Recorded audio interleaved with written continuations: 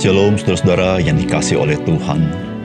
Ketika kita menyadari bahwa pengampunan dosa itu bergantung kepada yang mengampuni dosa kita, bukan tergantung kepada kita. Di situ kita bersyukur ketika kita percaya Tuhan Yesus. Tuhan mengatakan Dia tidak mengingat-ingat dosa kita.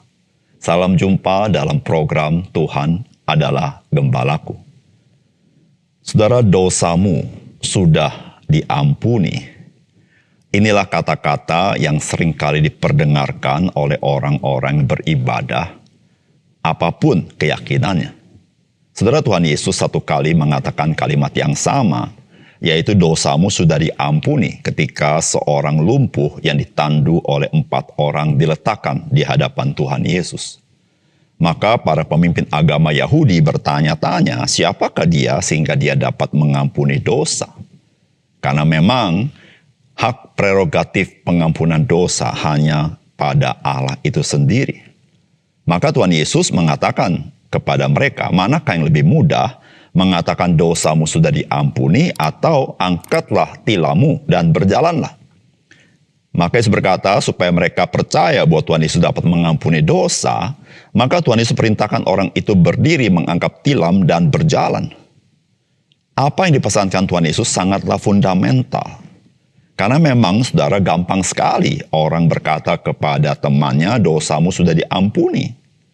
Sebab pengampunan dosa itu kan tidak kasat mata.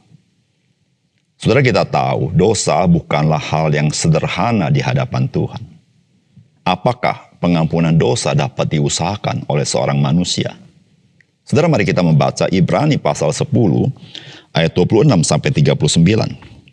Sebab jika kita sengaja berbuat dosa sesudah memperoleh pengetahuan tentang kebenaran, maka tidak ada lagi korban untuk menghapus dosa itu.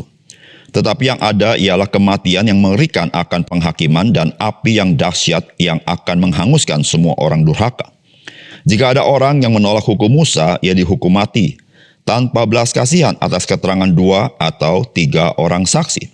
Betapa lebih beratnya hukuman yang harus dijatuhkan atas dia yang menginjak-injak anak Allah, yang menganggap najis darah perjanjian yang menguduskannya, dan yang menghina roh kasih karunia.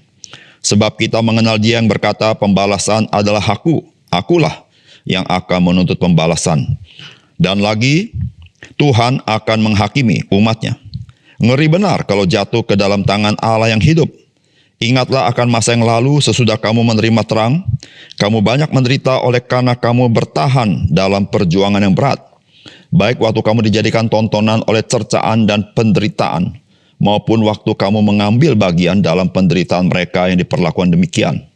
Memang kamu telah turut mengambil bagian dalam penderitaan orang-orang hukuman. Dan ketika harta kamu dirampas, kamu menerima hal itu dengan sukacita, sebab kamu tahu bahwa kamu memiliki harta yang lebih baik dan yang lebih menetap sifatnya. Sebab itu janganlah kamu melepaskan kepercayaanmu, karena besar upah yang menantinya. Sebab kamu memerlukan ketekunan, supaya sesudah kamu melakukan kehendak Allah, kamu memperoleh apa yang dijanjikan itu. Sebab sedikit, bahkan sangat sedikit waktu lagi, dan ia akan datang, sudah akan ada tanpa menangguhkan kedatangannya. Tetapi orangku yang benar akan hidup oleh iman, dan apabila ia mengundurkan diri, maka aku tidak berkenan kepadanya. Tetapi kita bukanlah orang-orang yang mengundurkan diri dan binasa, tetapi orang-orang yang percaya dan yang beroleh hidup. Saudara yang dikasihi oleh Tuhan, surat Ibrani hendak mengingatkan kita bahwa jikalau kita tidak percaya kepada pengorbanan Kristus untuk pengampunan dosa, maka tidak ada lagi korban yang sanggup mengampuni dosa-dosa kita. Sebab korban apakah yang dapat disetarakan dengan korban Kristus di atas kayu salib, yaitu anak Allah itu sendiri. Saudara, apakah pesan firman Tuhan bagi kita? Yang pertama, janganlah menolak Kristus yang telah mencurahkan darahnya di atas kayu salib bagi pengampunan dosa kita. Sebab di luar Kristus tidak ada keselamatan, melainkan hanya penghakiman Allah yang akan membinasakan kita. Saudara, firman Tuhan berkata, sebab jika kita sengaja berbuat dosa sesudah memperoleh pengetahuan tentang kebenaran, maka tidak ada lagi korban untuk menghapus dosa itu. Tetapi yang ada ialah kematian yang mengerikan akan penghakiman dan api yang dahsyat yang akan menghanguskan semua orang durhaka. Jika ada orang yang menolak hukum Musa, ia dihukum mati tanpa belas kasihan atas keterangan 2 atau 3 orang saksi. Betapa lebih beratnya hukuman yang harus dijatuhkan atas dia yang menginjak-injak anak Allah, yang menganggap najis darah perjanjian yang menguduskannya dan yang menghina roh kasih karunia.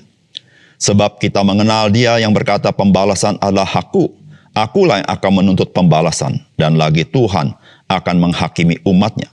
Ngeri benar kalau jatuh ke dalam tangan Allah yang hidup. Saudara, firman Tuhan ingin mengingatkan kepada kita. Dikatakan sebab jikalau kita sengaja berbuat dosa sesudah memperoleh pengetahuan tentang kebenaran, maka tidak ada lagi korban untuk menghapus dosa itu. Saudara, dosa di sini bukan sekedar dosa perbuatan, tetapi maksudnya adalah seseorang itu disebut berdosa karena menolak kebenaran yang Tuhan nyatakan.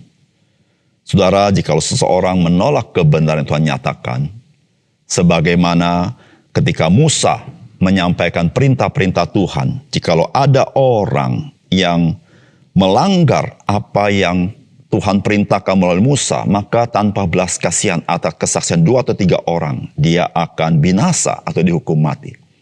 Saudara, apatah lagi ketika seseorang itu menolak kebenaran bahwa Kristus telah mencurahkan darahnya di atas kayu salib menanggung dosa-dosa kita, dan dia tidak mau menerima itu.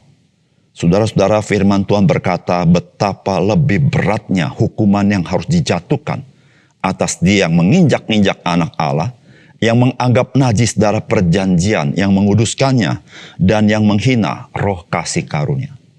Saudara, di dalam Kristus Allah memberikan kasih yang terbesar bagi kita.